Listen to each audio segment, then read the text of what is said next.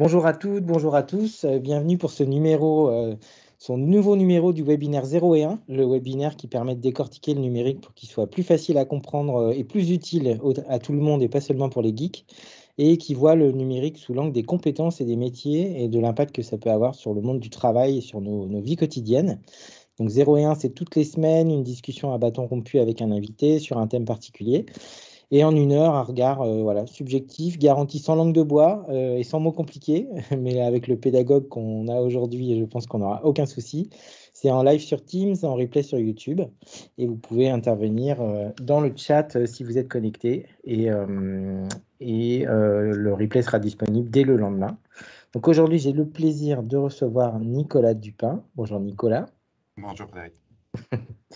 Je vais te demander pour qu'on sache un petit peu plus d'où tu parles, avec une question un peu bizarre, un peu perso.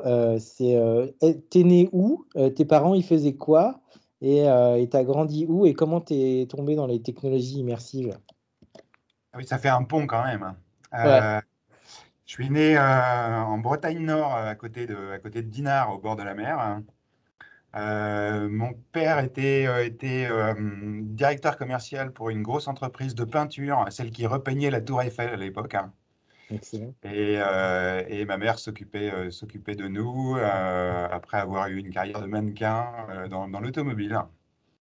Voilà. Et comment je suis arrivé aux technologies immersives? Je suis un peu arrivé, euh, euh, entre autres, par un passage de 17 ans dans l'éducation nationale où j'ai été enseignant puis ingénieur informatique.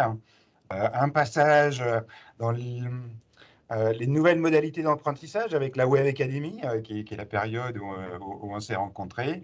Et puis un jour, en 2016, j'ai mis un casque de réalité virtuelle et là, le flash a été intense, hein, et j'y ai vu immédiatement l'instrument du renouveau du plaisir d'apprendre et de transmettre. Et donc, nous y voilà. Super. Et tes activités d'aujourd'hui, on y reviendra à la fin, mais quel est le joli endroit qui est derrière toi en fond d'écran? Qu'est-ce qui t'occupe aujourd'hui? Alors aujourd'hui, c'est le bel endroit qui est derrière, c'est le lab, hein, de l'association France Immersive Learning, hein, qui est aujourd'hui la première association de fédération des gens qui veulent s'approprier ces nouveaux médiums que sont les technologies immersives dans le domaine de la formation tout au long de la vie. Voilà. Super. Bah, écoute, on va commencer par la première question après la question perso. C'est la question que j'appelle Claudine et Jackie. Claudine et Jackie, c'est le prénom de mes parents. Et en fait, c'est pas forcément des super geeks. Donc, il faut que eux, ils puissent comprendre ta réponse. Et la question est la suivante, hein, c'est qu'est-ce que c'est que les technologies immersives? Ça vient d'où? Qu'est-ce que ça recouvre? Et mon petit doigt m'a dit que c'était pas né avec le métavers et les annonces de Facebook. Ça a quelques années. Mais pourquoi est-ce qu'on en parle maintenant? Alors, qu'est-ce que c'est? On parle surtout de réalité virtuelle. Voilà. Donc, la réalité virtuelle, c'est une technologie qui fait qu'on met un casque sur le visage et qui nous permet non plus de regarder un écran, mais d'être plongé à l'intérieur de l'écran et d'y vivre des expériences, des aventures et de se mettre dans des situations d'apprentissage, de culture. De socialisation, et c'est pour ça qu'on parle du métaverse avec Meta. Euh, Ce n'est que la plus connue de toutes les technologies immersives. Il y en a d'autres. Si on redescend la chaîne, on va vite trouver la vidéo 360, qui est donc plutôt là du film où on est à la place de la caméra, donc on est plongé dans la situation. Et là aussi, on trouve beaucoup de sujets sur la présentation des métiers, mais aussi beaucoup de documents culturels. Et puis des technologies qui ne sont pas encore matures, hein, parce que là, la vidéo 360 ou la réalité virtuelle, on peut y accéder aujourd'hui avec le casque de Meta, que tout le monde peut acheter partout à 350 euros. Donc on est vraiment sur des dispositifs qui sont aujourd'hui accessibles. Et puis demain, lorsqu'on aura des lunettes grand public qui vont apparaître sur le marché, dans 2, 3 ans, on va dire, on aura la réalité augmentée qu'aujourd'hui tout le monde peut expérimenter sur son téléphone, mais qui trouvera sa pleine mesure lorsqu'on l'aura devant les yeux, où là on va pouvoir déporter l'affichage de son téléphone devant les yeux. Et puis ce qu'on appelle la réalité mixte, où cette fois-ci on va avoir la reconnaissance des mains, qui va permettre d'interagir avec les objets virtuels qui vont pouvoir être positionnés de manière fixe dans l'espace, hein, et permettre donc de transformer notre rapport à la réalité. Donc là, on a en grosso modo deux types de technologies pour conclure. Celles qui utilisent des dispositifs non occultants, des lunettes, voilà, qui arrivent, et celles qui permettent de se déconnecter de la réalité pour faire des choses qu'on ne peut pas faire dans la réalité, qui sont les casques de réalité virtuelle pour de la vidéo 360 ou de la réalité virtuelle. Et ça, tu confirmes que c'est des choses qui n'ont pas démarré avec les dernières annonces récentes de Meta, mais qu'il il y a des choses sur ces questions-là depuis des années, peut-être des dizaines d'années. On se souvient quand on est un geek, vieux geek comme nous, qui avait eu l'histoire des Google Glass. On a vu Tout à aussi fait. au cinéma des choses comme Ready Player One de Spielberg. Donc, c'est comme l'IA, il y a eu un hiver, il y a eu un été, ça date d'il y a longtemps. Comment ça s'est passé? Alors, sur ces technologies, il y a eu bien plus de saisons que l'hiver et l'été, parce qu'effectivement, les premières expérimentations remontent au début des années 70, hein. Donc, c'est un long chemin. Sega, au début des années 80, avait sorti des lunettes de réalité augmentée, de réalité virtuelle, qui n'avaient pas fonctionné, mais parce que la technologie n'était pas là, et ainsi de suite. Et puis, sur toute la première décennie du XXe siècle, via des installations assez lourdes qu'on appelait des caves, qui en fait étaient des pièces dans lesquelles on allait avec des lunettes actives, un peu le même type de celles qu'on a au cinéma. Les grands industriels de toute la planète ont utilisé ces technologies pour des revues de design ou pour travailler sur leur modèle 3D. Et en France, on avait en particulier une vraie filière d'excellence où on retrouvait les grandes universités, les grands laboratoires de recherche et les grands industriels qui travaillaient activement sur ces technologies. Ce qui a vraiment tout changé, en fait, ça commence en 2016, hein, où ce qu'on appelle les casques de réalité virtuelle qu'on connaît aujourd'hui, donc qui sont connectés sur des PC, mais qui étaient financièrement abordables, aux alentours de 1000 euros, voilà, sont arrivés avec l'Oculus Rift et puis le HTC Vive. Et puis surtout, à la grosse accélération, eh bien, c'est Facebook qui l'a donné en rachetant Oculus, hein, et en sortant en 2018 un premier casque, non pas de réalité virtuelle, mais plutôt adapté à la vidéo 360 et à des expériences contemplatives qui valait 200 euros. Et la très forte accélération, elle vient avec l'Oculus Quest, maintenant appelé Meta Quest, hein, qui est le casque que tout à chacun peut acheter à peu près partout sur un budget accessible, et qui là donne pleinement accès aux univers virtuels et à une multitude d'expériences qui sont de très très grande qualité, de très grande variété, et qui sont adaptés à tous les publics, hein, y compris les publics de non-gamers, parce qu'il y a des expériences qui sont très adaptées aux personnes âgées, aux femmes qui n'aiment pas jouer, aux personnes qui ne sont pas spécialement des joueurs, mais qui aiment faire des puzzles ou des aventures. Voilà, il y a vraiment une variété de contenus d'une excessive qualité qui fait que là, aujourd'hui, il y a une vraie phase d'accélération. Super. Et est-ce qu'on a comme dans l'IA, c'est-à-dire un Terminator qui nous projette dans un truc où l'IA est déjà forte et elle prend le pouvoir sur les machines et on se fait défoncer par l'IA? Est-ce que dans Ready Player One de Spielberg, en fait, on a là aussi ce que ça pourrait être, le métavers ou la réalité virtuelle, mais on n'en est quand même pas là? Est-ce qu'on a ce petit décalage là encore où la fiction et le fantasme devancent un petit peu la technologie ou La l'usage? fiction de vote devant sa technologie, c'est même le rôle de la fiction, c'est d'éclairer le chemin pour qu'on puisse y réfléchir et pas avoir la tête dans le guidon. La vision Ready Player One, c'est effectivement la vision hollywoodienne du métaverse unique détenu par un pas gentil et les héros qui vont se battre pour les libertés et tout ça. Euh, Au-delà de la caricature hollywoodienne, on est bien sur ces enjeux-là, sachant qu'il n'y aura pas un seul métaverse, comme il n'y a pas un seul Internet, il y aura des multitudes de mondes virtuels dans lesquels effectivement on pourra se rendre pour y faire des choses relativement différentes. Ça n'enlève en rien les enjeux de sécurité des données des personnes et des organisations, de l'interopérabilité de ces représentations, puisque dans ces univers virtuels, on se représente via un avatar, via plusieurs avatars, hein, ce qui est en soi intéressant, parce on peut proposer plusieurs natures de soi-même dans des univers qui sont différents, une nature professionnelle, une nature privée, une nature fantastique. Voilà. Donc là, il y a beaucoup d'enjeux d'éthique qui apparaissent derrière et qui sont un peu masqués aujourd'hui par l'agitation autour du métaverse qui est plus monétaire, on va dire. Voilà. Il y Mm. a, il y a On voit plus que un, Les normalement. entreprises font des annonces, c'est effectivement le buzzword du moment. Toi qui as du recul et qui vois un peu l'évolution de l'appropriation de ces technologies-là par les entreprises. Donc, au-delà du côté grand public, est-ce qu'il y a des entreprises qui ont développé des cas d'usage qui sont particulièrement intéressants, qui montrent qu'effectivement, au-delà du fantasme ou des intérêts mercantiles, il y a des usages, on va dire, assez clés pour les entreprises, pour les salariés? Dans différents domaines. D'ailleurs, tu as parlé de l'automobile, mais il y en a peut-être d'autres. Alors, on peut peut-être juste prendre 2 minutes pour dégonfler un peu la baudruche métaverse, parce qu'il s'est produit en quelques mois, hein, puisque l'annonce date de mi-octobre, hein, du 21 octobre. Et voilà, depuis, il y a eu un emballement rarement vu quand même.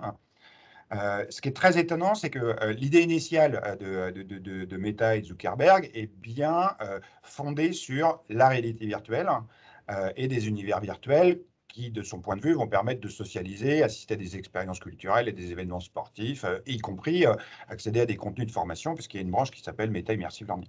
Et donc, on est bien sur des dispositifs qui sont essentiellement de réalité virtuelle et qui se produisent par un casque.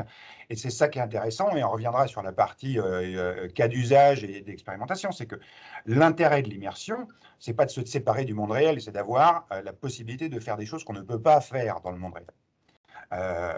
Et l'intérêt de l'immersion, il est aussi du fait que comme on est séparé de nos environnements qui peuvent être perturbants dans une situation d'apprentissage, par exemple, c'est qu'on a une complète concentration sur la situation, puisqu'on est isolé voilà, du monde du bruit, des sollicitations, qu'on est dans des univers qui sont très impressionnants en termes de capacité, qu'on a une vraie relation de proximité avec les individus sous forme d'avatar qu'on n'a pas aujourd'hui avec de la visioconférence où on est chacun derrière son écran et qu'on n'a certainement pas avec du e-learning, et que ça produit une très forte mémorisation et des expériences qui peuvent produire des émotions dont on se souvient comme si on les avait vécues en réalité.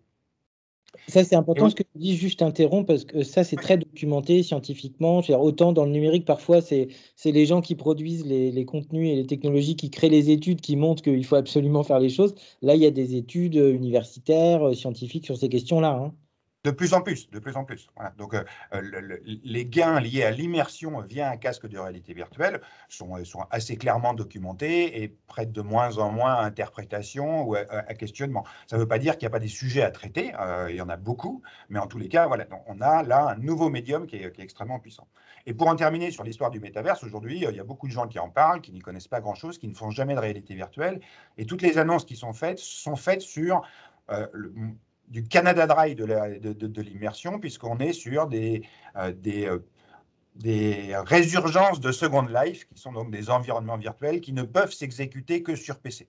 Donc c'est assez séduisant aujourd'hui, parce que ça ne demande pas d'équipement supplémentaire. C'est quand même très limité en termes d'interaction avec l'environnement et d'interaction entre les personnes. Voilà. Et là, on a quand même une espèce de travestissement du concept qui est assez saisissante, hein. Sans même parler du fait que maintenant, on ne parle plus aussi que de blockchain et de NFT qui n'ont pas grand-chose à voir, même ça peut être des outils, voilà, qui n'ont pas grand-chose à voir avec le métaverse. Donc là, il y a quand même une agitation sur laquelle il faut prendre un peu de recul. Et pour ceux qui s'intéressent au sujet, c'est mieux de se documenter un peu sérieusement avant de sauter sur la première opportunité qui vient de naître. En ce qui concerne les usages de la réalité virtuelle tels qu'ils sont faits aujourd'hui, il commence quand même à y avoir des développements et des déploiements assez sérieux, y compris en France. Et nous qui sommes focalisés sur le domaine de la formation au sens large, c'est un des domaines les plus prometteurs et qui voit le plus de déploiements qui se mettent en place. Et on est bien sur le continuum de la formation tout au long de la vie. Ça commence avec la présentation des métiers et la découverte des environnements professionnels, parce que là, la vidéo 360, par exemple, permet vraiment de se projeter dans l'environnement et d'en prendre complètement la mesure des gestes métiers, des cadres de travail. Voilà. Donc là, il y a des déploiements qui sont importants dans toutes les régions de France, puisque les régions viennent de récupérer la compétence orientation. Donc là, ils ont un nouvel outil.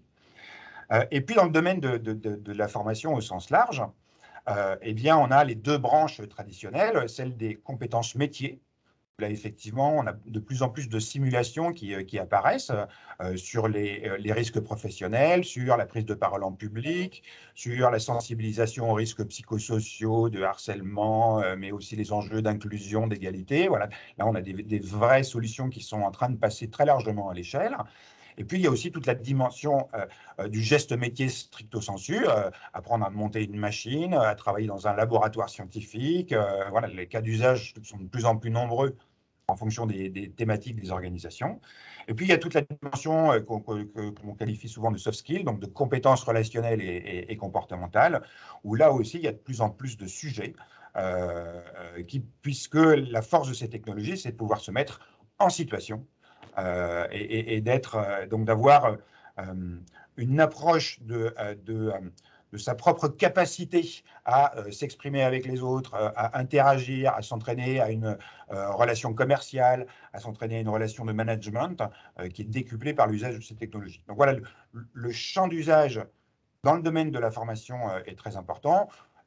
Et si on avait 2 minutes, on parlerait aussi du champ de la culture, de la découverte, des sensibilisations aux causes. Voilà, ce week-end, par exemple, je regardais un formidable documentaire en 360 sur la plus grande décharge publique qui se trouve au Nigeria et qui permet de vraiment prendre conscience des enjeux climatiques et de préservation de l'environnement comme jamais on peut le faire.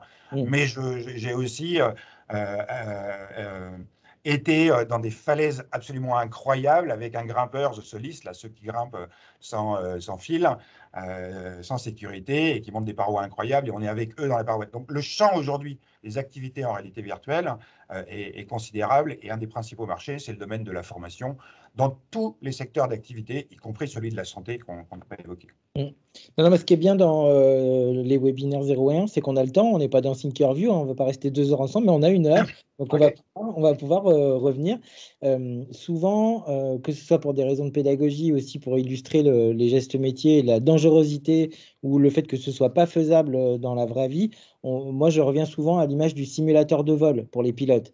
Donc, est-ce qu'on peut passer un petit peu de temps sur effectivement ces implications des technologies immersives qui permettent à quelqu'un de crasher 15 fois un avion en simulation pour éviter de le crasher en vrai ou de se déplacer dans un environnement nucléaire ou je ne sais quoi, parce que ça, c'est souvent un des premiers cas d'usage où la valeur ajoutée de la technologie immersive est complètement validée, quoi.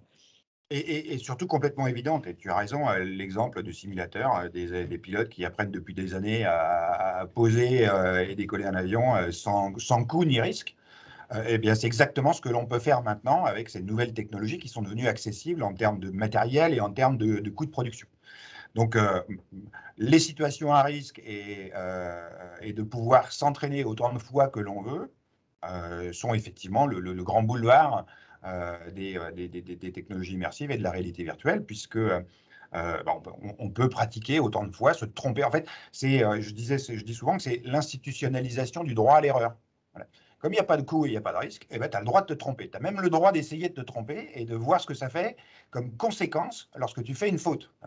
Et comme elles sont très réalistes en termes de sensations, eh bien, on revient sur l'argument de je m'en souviens, ok, je comprends beaucoup mieux parce que j'ai vu ce que ça provoque comme effet. Si je ne mets pas, par exemple, ma longe de sécurité quand je suis sur un échafaudage et que je tombe de 15, 20, 30 mètres, voilà. Donc là, c'est émotionnellement très impactant. Et à ce moment-là, on a un vrai effet sur l'apprentissage parce qu'on mesure les conséquences de ces actes. Il y a une entreprise membre de France Immersive Learning là, qui travaille spécifiquement sur ces enjeux-là, qui récemment a fait une simulation pour les personnes qui travaillent sur l'autoroute, tu sais, tous les gens qui entretiennent l'autoroute, hein, et ils ont quasiment simulé un accident d'une de ces personnes qui est renversée par une voiture parce que la voiture ne faisait pas attention.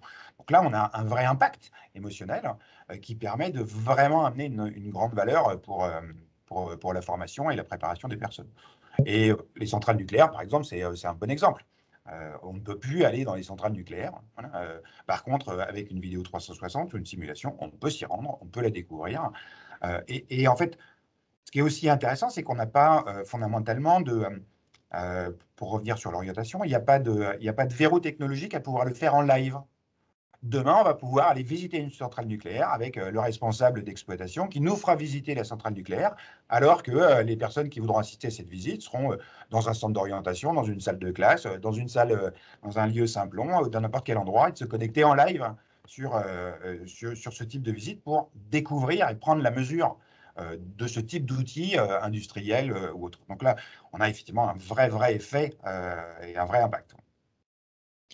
La partie découverte, effectivement, enfin, on n'est pas là pour parler de ça, mais Simplon pourrait se projeter dans ce type de technologie et on y réfléchit ensemble d'ailleurs. Et le premier cas, c'est effectivement la découverte d'un univers Simplon en vidéo 360. C'est présenté aussi souvent comme une des premières applications immersives abordables ou technologiquement appropriables par des gens. Est-ce que tu peux revenir là-dessus et creuser un petit peu la partie vidéo 360?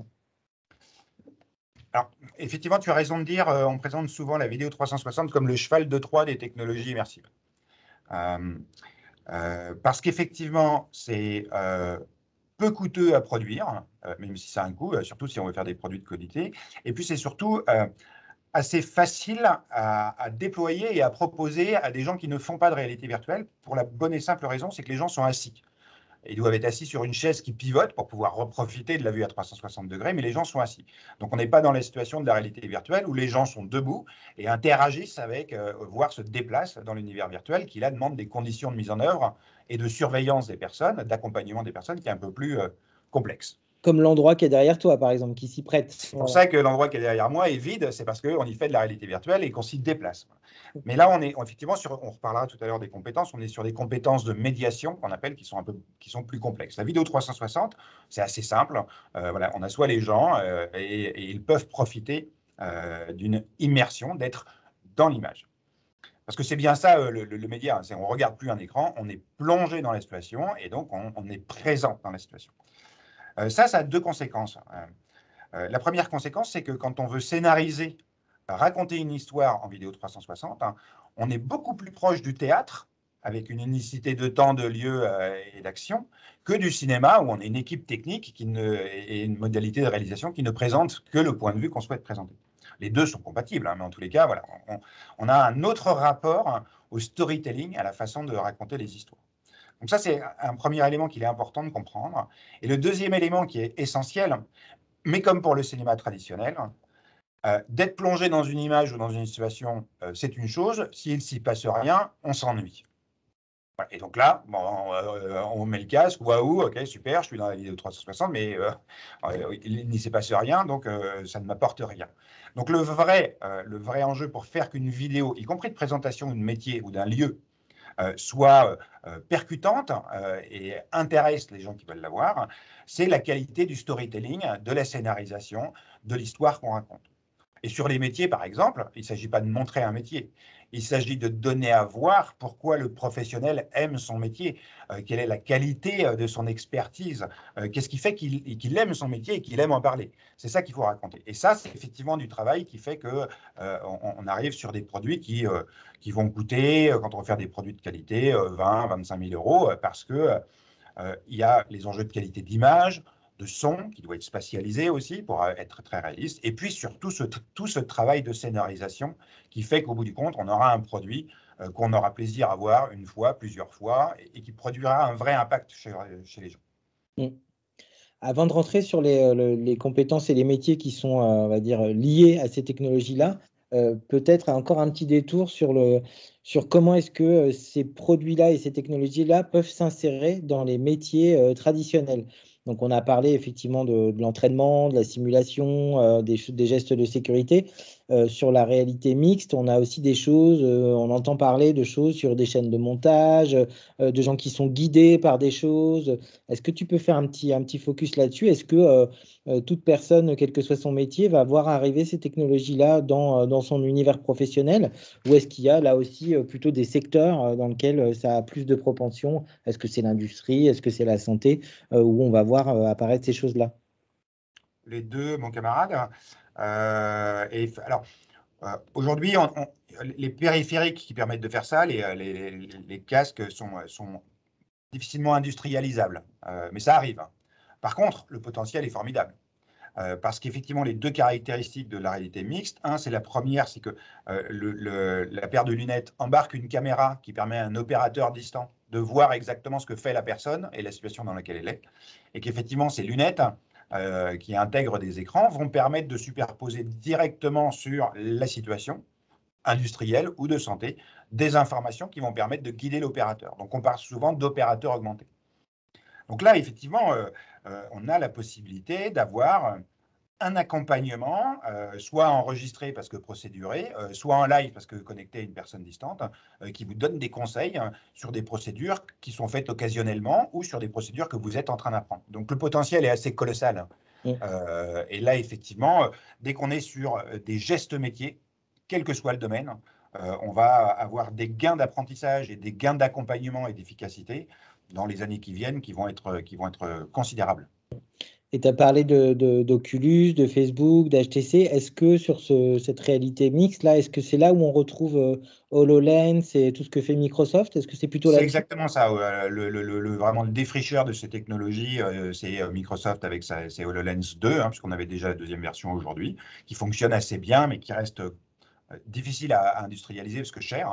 On évite à plus de 3 000 euros la paire de lunettes. Donc, on est plus sur un prototype industrialisé que sur un dispositif qui permet une large diffusion. Et puis surtout, arrive là le premier et le seul constructeur français de lunettes de réalité augmentée, Ah, c'est enfin mixte, intéressant pardon, ça. Ouais. qui s'appelle Lynx, voilà, et qui va sortir un produit qui est commercialisé entre 5 et 700 euros en fonction de la version, et qui promet ce que fait HoloLens, mais avec un produit qui est technologiquement et surtout physiquement plus facile à diffuser en termes de prix, de poids, d'ergonomie. Donc là, on a une très belle entreprise française dont on espère le plus grand des succès.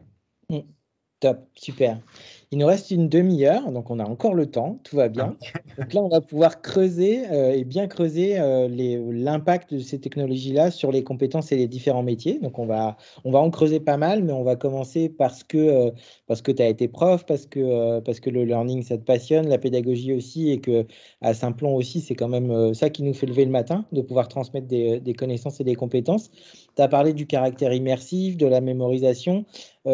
En quoi ça va changer le métier de pédagogue? En quoi ça va changer le métier des formateurs? C'est quoi les grandes révolutions ou les grands apports des technologies immersives pour des gens qui ont envie de transmettre? Tu en as un petit peu parlé, mais là, je voudrais qu'on rentre un peu dans le détail.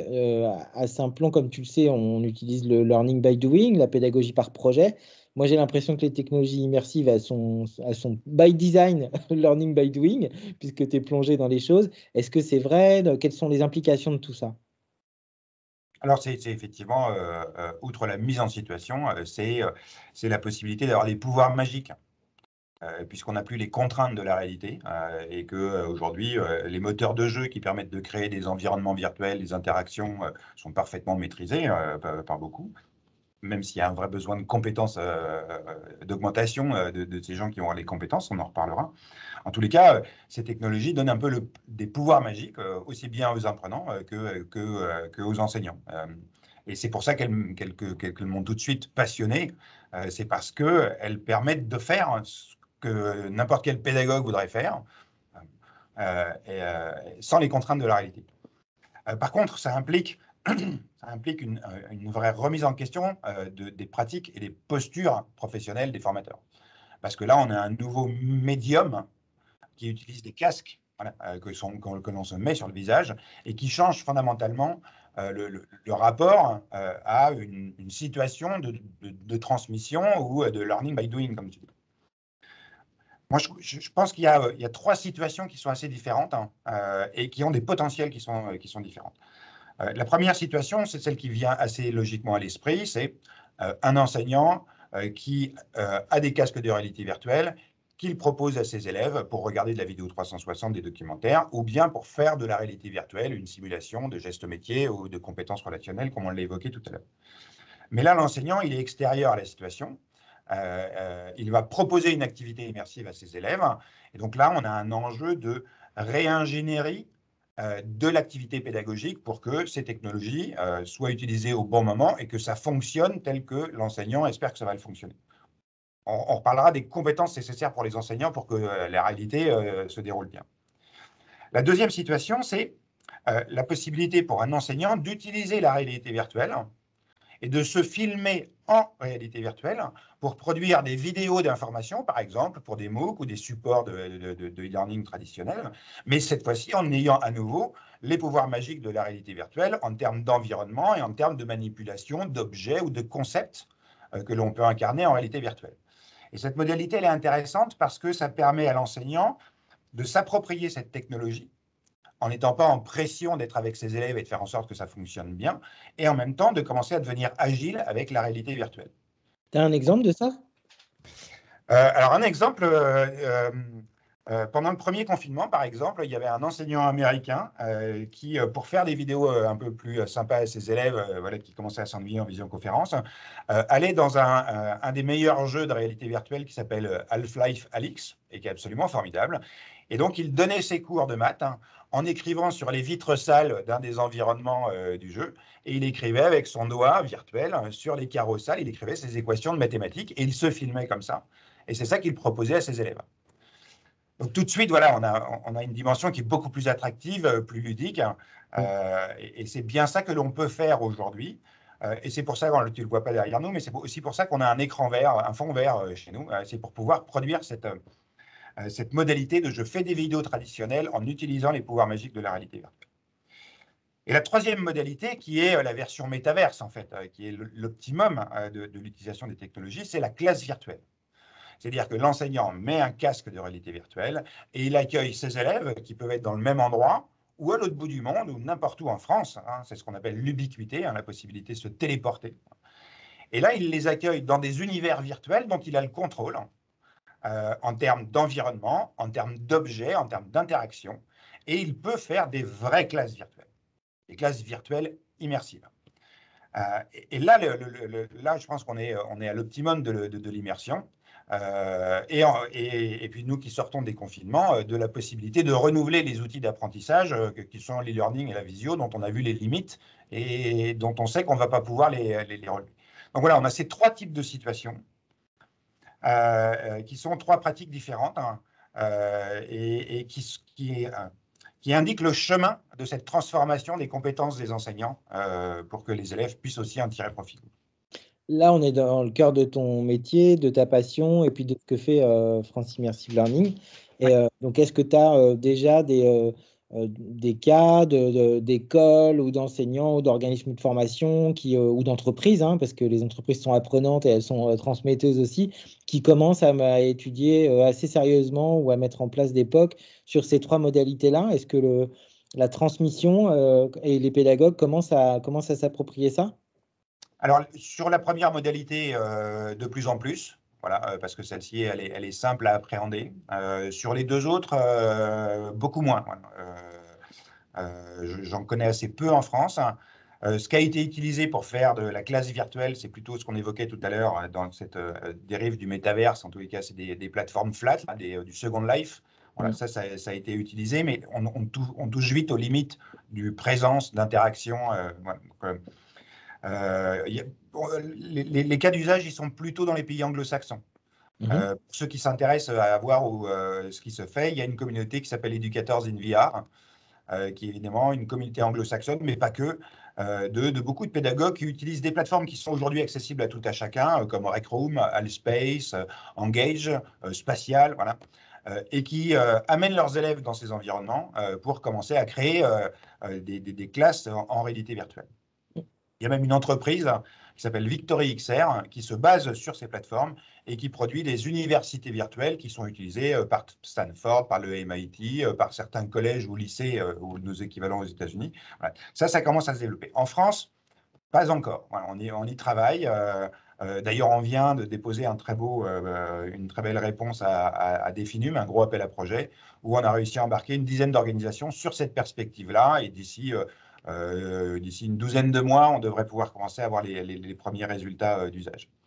Et puis la modalité du milieu, on espère trouver des enseignants qui veulent bien consacrer du temps à s'approprier cette modalité, parce qu'elle est extrêmement porteuse de sens et d'effet, je pense.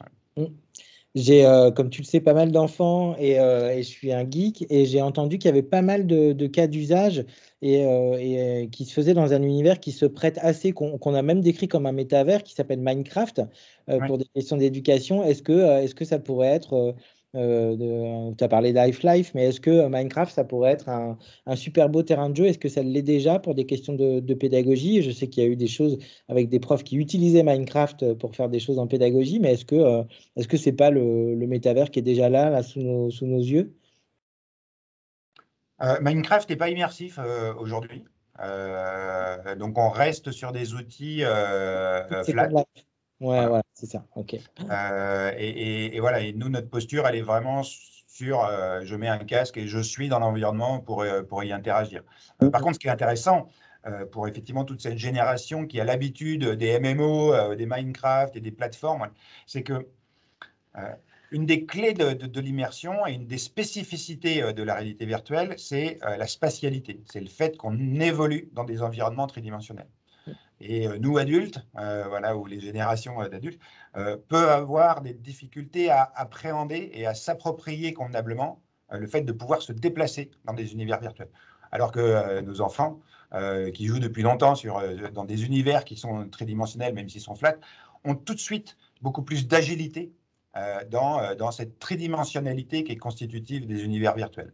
Et donc, on va pouvoir aller vite avec eux, voilà, plus vite qu'avec certains adultes.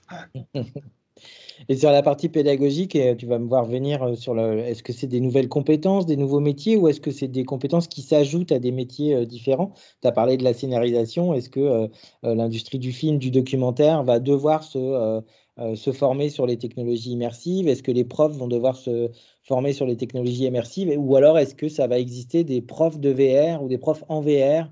Comment tu vois de ta fenêtre l'impact de ces technologies là? Est-ce que c'est des nouveaux métiers, des nouvelles compétences? Est-ce que c'est des compétences qui s'ajoutent à des métiers existants?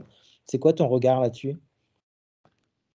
Alors, il y a deux façons d'y répondre. Il y a la partie production de contenu, voilà, que ce soit de la vidéo 360 ou de la réalité virtuelle, et puis il y a la partie usage.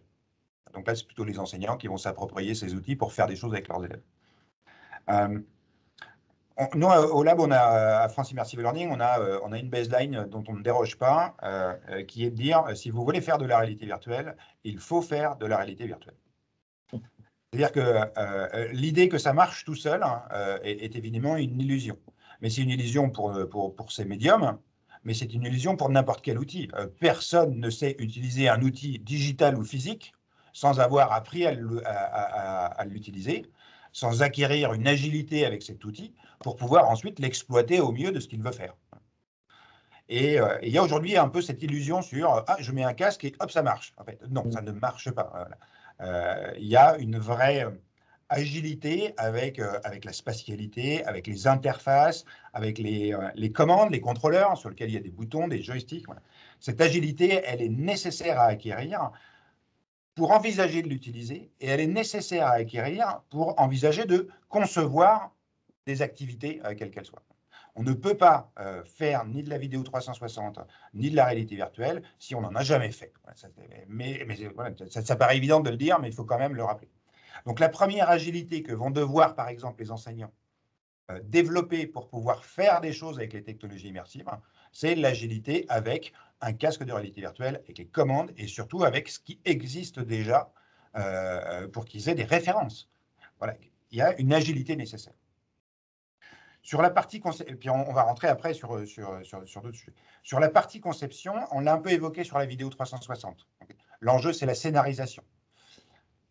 Les gens qui viennent de la vidéo traditionnelle n'ont pas à réapprendre leur métier parce qu'ils savent ce que c'est qu'une image, ils savent ce que c'est des plans, ils savent ce que c'est qu'une histoire. Voilà.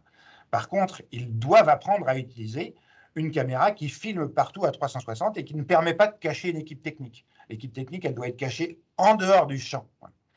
Et donc la scénarisation, elle est complètement différente. Le storytelling est complètement différent. Donc ils doivent ajouter cette nouvelle compétence qui est celle de l'immersion pour penser leur dispositif. Et sur la partie, on va dire, plus pédagogique de la réalité virtuelle, eh bien, on a le même enjeu. Étant donné qu'on n'est plus sur des supports qui sont plats, il va falloir repenser ces activités pédagogiques, ces séquences pédagogiques, en tenant compte des deux paramètres qui sont, un, j'évolue dans un univers virtuel, et donc la façon dont je vais positionner les consignes et organiser mon activité est par nature tridimensionnelle. Et l'autre paramètre, c'est que mes élèves qui vont venir utiliser cette activité, ben, eux aussi, ils se déplacent dans tous les sens. Surtout qu'ils vont trouver ça amusant et qu'ils auront plein de choses à faire dans cet univers. Donc il y a des enjeux d'organisation spatiale qui sont complètement différents de ce qu'on fait aujourd'hui et qui sont assez proches, par exemple, des enseignants qui, eux, travaillent sur des plateaux techniques, tu vois, de l'enseignement professionnel, où ils ont des plateaux techniques avec des machines et ainsi de suite. Voilà. Eux vont avoir plus de facilité à développer, à penser des situations en réalité virtuelle que des enseignants traditionnels qui n'ont pas cette habitude de gérer un groupe dans un espace avec des objets, des machines et des choses comme ça. Donc, voilà, en première instance de réponse, on a quand même là deux points importants, je crois. Et tout à l'heure, tu as lâché le mot, donc je te relance là-dessus. Dans les nouveaux métiers, peut-être, tu as parlé de médiation. Est-ce Ouais. qu'effectivement, ça, c'est typiquement un exemple de nouveaux métiers qui sont liés aux technologies immersives? C'est médiateur en technologie immersive ou formateur ou... Évidemment. L'analogie que j'utilise souvent, c'est celle du laborantin avec le professeur de physique-chimie. Parce que pour le coup, ils utilisent des matériels qui peuvent être dangereux, coupants, voilà.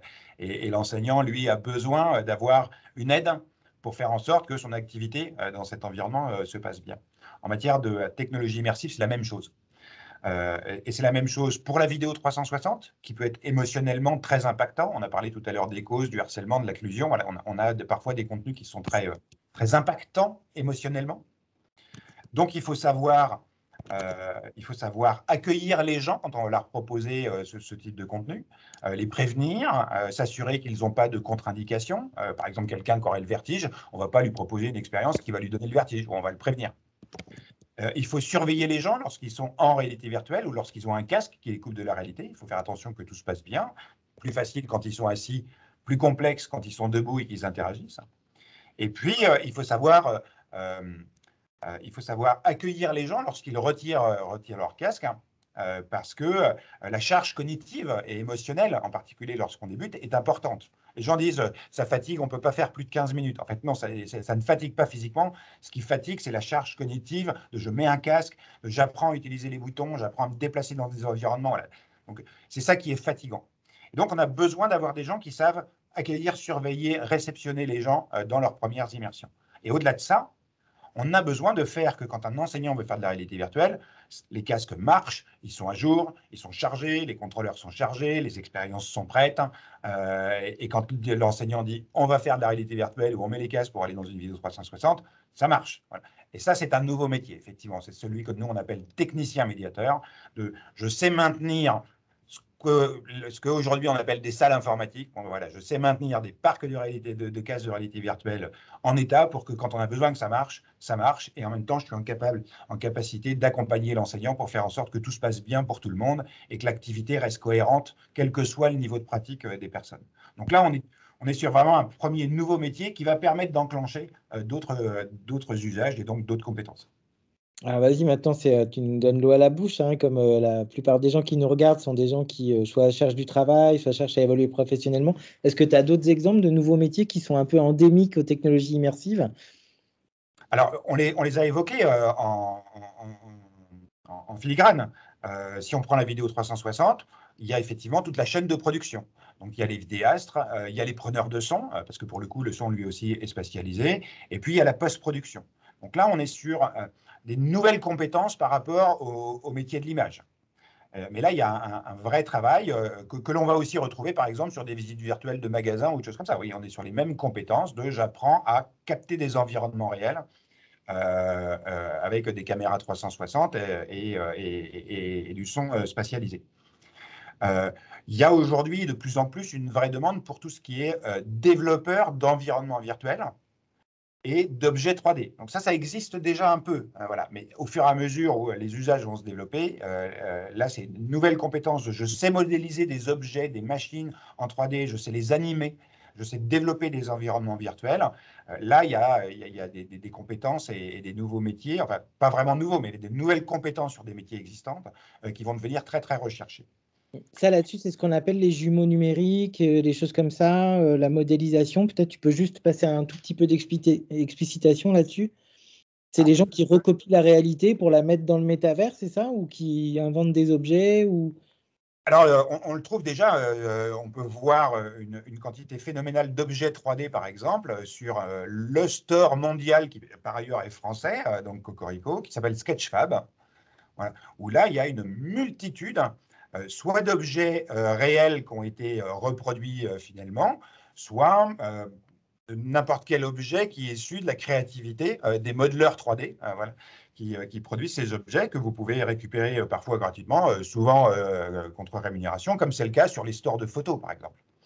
Donc là, il y a effectivement une vraie nouvelle activité professionnelle pour proposer des objets réels ou imaginaires euh, et les proposer en commercialisation et travailler dans des studios qui créent ces univers et qui ont besoin d'objets 3D pour les modéliser. Euh, et puis c'est la même chose pour les environnements virtuels. Voilà. Là, il suffit aussi d'aller sur les stores des deux moteurs de jeu, que sont Unity et Unreal. Sur les sites web de ces deux moteurs, là, vous avez des stores d'environnement qui ont été créés par des gens dont c'est la compétence et qui sont proposés, là aussi, soit en téléchargement libre, soit en téléchargement payant. Et il commence à y avoir profusion. Et plus on va développer des usages, plus on va avoir besoin de ce type de compétences. Je sais créer des univers virtuels et je sais créer des objets fixes ou animés qui vont peupler ces univers virtuels. Et puis, après, le gros du sujet, voilà, là, on est un peu dans des métiers techniques, qui sont des métiers de production. Le gros sujet, c'est l'ingénierie pédagogique qu'on a évoqué. Donc là, on a bien les deux branches, celle des enseignants et celle des ingénieurs pédagogiques, des concepteurs, on va dire. Donc là, on n'est pas à nouveau sur des nouveaux métiers, mais sur de nouvelles compétences qui doivent être formulées. Je sais concevoir des activités pédagogiques en vidéo 360, en réalité virtuelle, en réalité augmentée ou en réalité mixte, parce que c'est à nouveau une ingénierie qui est complètement différente. Et puis pour la branche des enseignants, ben, il y a effectivement, je sais repenser mes activités pédagogiques, je sais penser une séquence pédagogique en réalité virtuelle, individuelle ou collective. À nouveau, c'est deux choses différentes. Voilà. Et là, on a vraiment un ensemble de compétences qui sont pas encore complètement modélisées, hein, étant donné que les usages se développent. On va développer en chemin ces compétences, mais on est vraiment sur des nouvelles pratiques professionnelles. Et donc sur les nouveaux métiers comme technicien médiateur, des choses qui Ouais. soient liées, effectivement, ça, tu vois des choses émerger ou des choses qui viendront par la massification des usages, peut-être, comme ça a été Alors, le cas. il y a tous les métiers de la maintenance, du support, qui sont assez spécifiques. La logistique, on est sur des métiers voilà, on utilise les mêmes chaînes de logistique qu'aujourd'hui. Il y a quand même des vrais nouveaux métiers sur toute la partie UX/UI, c'est-à-dire conception des interfaces, l'expérience utilisateur. Donc là, on est vraiment sur des métiers très, très, très émergents et qui sont absolument clés pour le développement. Je pense que des activités de guide en réalité virtuelle sont aussi, voilà, guide au sens très large, de médiateur en réalité virtuelle, dans le métavers. Voilà. Ça, on est sur des vrais nouveaux métiers. L'organisation d'événements en réalité virtuelle qui ont commencé à se faire. Donc ça, ce sont de nouveaux métiers, voilà, qui sont issus des métiers de l'événementiel, mais qui sont complètement différents parce qu'on utilise de la réalité virtuelle. Vont vite apparaître guides de musée, par exemple, ou de patrimoine en réalité virtuelle. Donc, peut-être pas un nouveau métier, mais une nouvelle compétence. Donc, on n'est pas tant sur des nouveaux métiers en quantité importante que sur des nouvelles compétences sur des métiers existants, puisqu'en fait, on transmute la réalité. Donc, je pense qu'il y a plus de nouvelles compétences que de nouveaux métiers stricto sensu, mis à part ceux que j'ai évoqués. Ouais, ce qui est hyper intéressant pour des gens qui voudraient monter en compétence sur ces technologies-là. Je recevais Christophe de Bonneuil, qui est un petit peu ton homologue, mais sur l'univers de la blockchain, qui est un passionné de toutes ces technologies-là et de quels impacts elles ont. Il disait, si tu es juriste ou si tu es comptable ou si tu es, je sais pas, huissier de justice ou si tu es dans la santé, etc., il faut que tu regardes quelles sont les conséquences des technologies blockchain sur ton métier, sur ton secteur, sur tes compétences. Et toi, ce que tu dis, c'est que c'est aussi ça qu'il faut faire sur la partie technologie immersive. Tout à fait. Mais peut-être qu'il y a un nouveau métier qui est finalement trop en filigrane. dans toutes les organisations, c'est celui d'experts des technologies immersives. Alors, si on revient au buzz du métaverse, on commence à avoir les entreprises qui créent des postes de monsieur métaverse dans les entreprises. On va avoir des chief metaverse officers. C'est ça. Oui, je pense que les premiers commencent à être recrutés dans les grandes organisations. Et là, on est effectivement sur un nouveau métier qui est celui de je connais complètement ces univers, que ce soit en termes de technologie et d'usage, et je suis en capacité de guider les organisations à laquelle j'appartiens pour faire les bons choix avec une vision stratégique de ce qu'on peut faire aujourd'hui, de ce qu'on pourra faire demain, de l'objectif d'après-demain. Voilà. Ça, c'est un vrai nouveau métier qui demande beaucoup de pratique. Et Parce qui que ça, probablement va effectivement se développer assez rapidement, plutôt dans les grosses, et puis redescendre dans les organisations au fur et à mesure. parce que ça accompagne une transformation globale. C'est comme un référent, quoi. Parce que de toute façon, on est en train de parler de transformation. En fait, on a juste à faire une nouvelle technologie, des nouveaux usages et des nouveaux périphériques. Mais fondamentalement, nous sommes dans une transformation des organisations, des activités par rapport à ce qu'on faisait hier. Donc, la technologie n'est qu'un véhicule d'une activité. Et c'est bien ça dont on est en train de parler. Oui. Donc, accompagner la transformation, c'est la clé.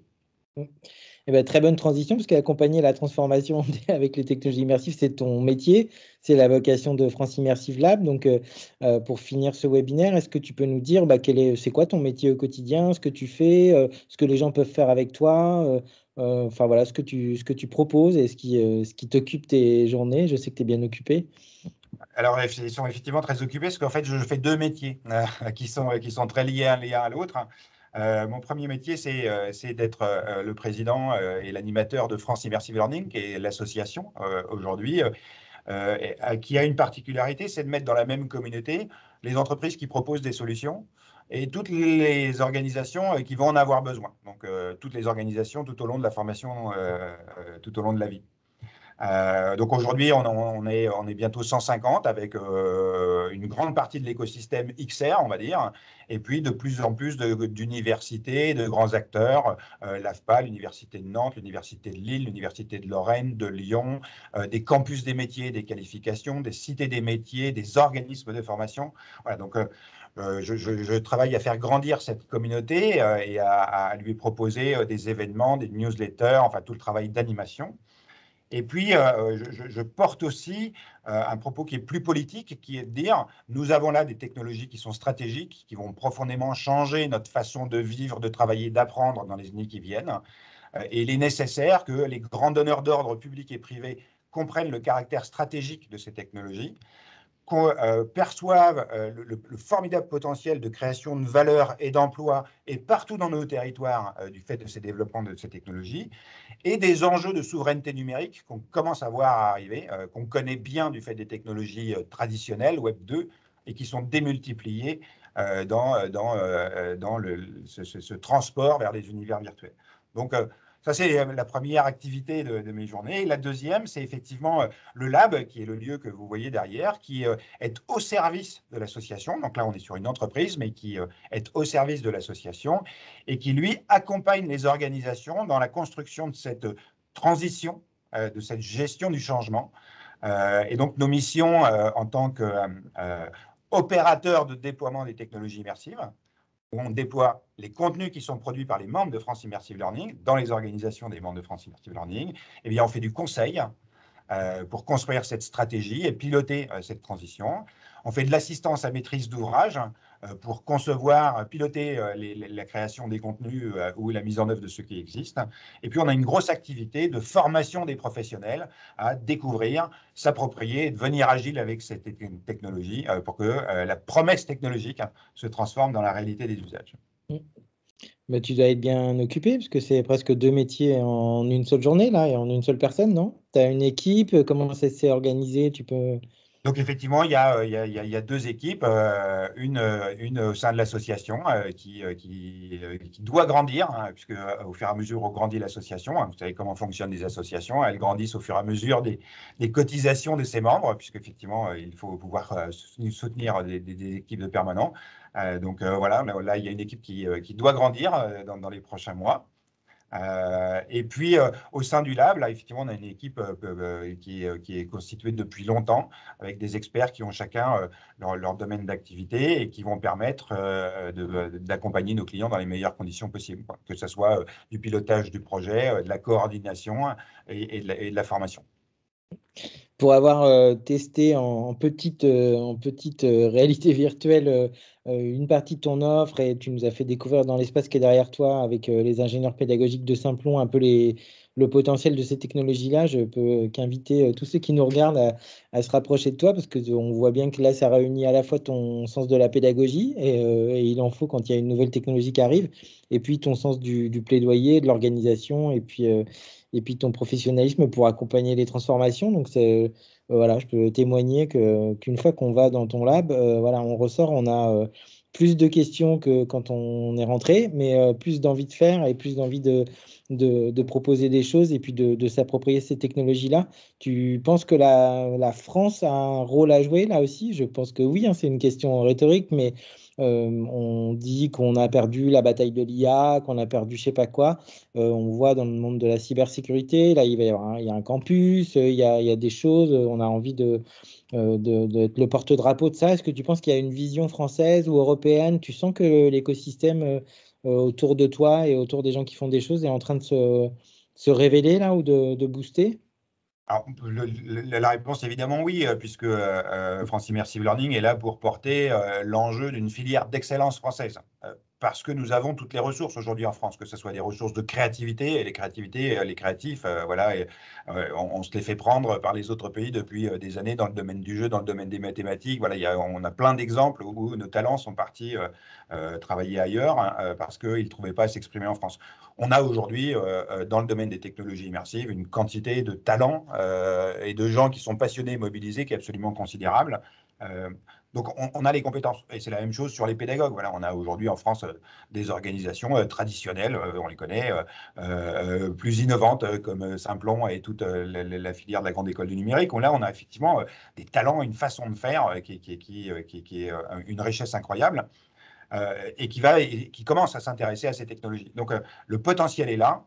On a un vrai enjeu collectif et à nouveau d'interpellation des grandeurs d'ordre public et privé pour faire en sorte qu'on puisse cultiver et faire germer tous ces talents et toutes ces envies en France, au service de la France, de la francophonie et effectivement de l'Europe, où on a les mêmes phénomènes qui se produisent chez nos amis européens. Je suis aussi très impliqué dans des associations européennes. On a à peu près tous la même vision.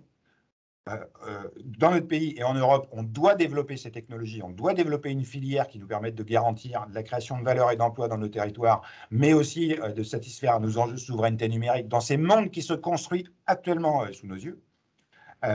Et on a besoin effectivement donc d'une mobilisation dans nos organisations. Donc les enjeux sont considérables. Et la fenêtre d'opportunité, la guerre n'est pas perdue. Ça c'est clair, la guerre n'est pas perdue.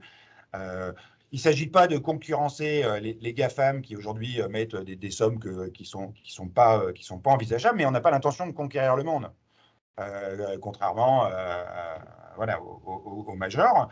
L'enjeu, il est que nous disposions des outils, des espaces, des ressources, des entreprises qui puissent satisfaire aux besoins des entreprises françaises avec les conditions républicaines qui nous animent, on va dire. Donc là, on a une fenêtre d'opportunité. Euh, J'aime bien la fixer aux Jeux Olympiques, mais le temps passe. Voilà, on a une poignée d'années pour réussir à satisfaire cette ambition. Après, ça va devenir plus compliqué. Mm.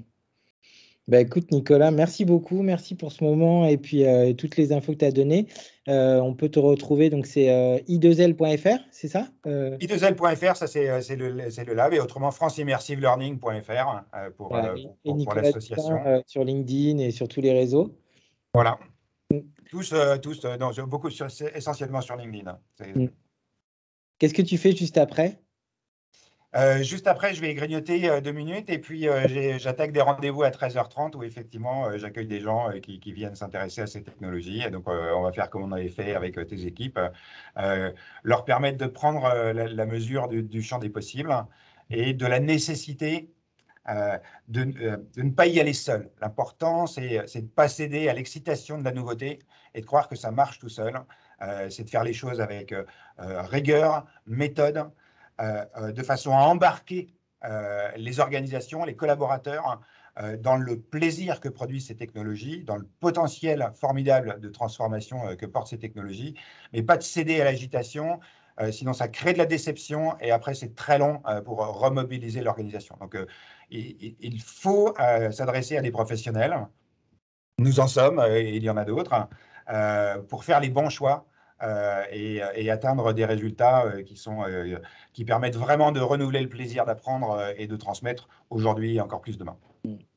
Super, super conclusion. Merci Nicolas, merci à toutes et à tous de nous avoir suivis et Merci à rendez-vous toi. pour un prochain numéro de 0 et 1. Merci beaucoup. Belle journée.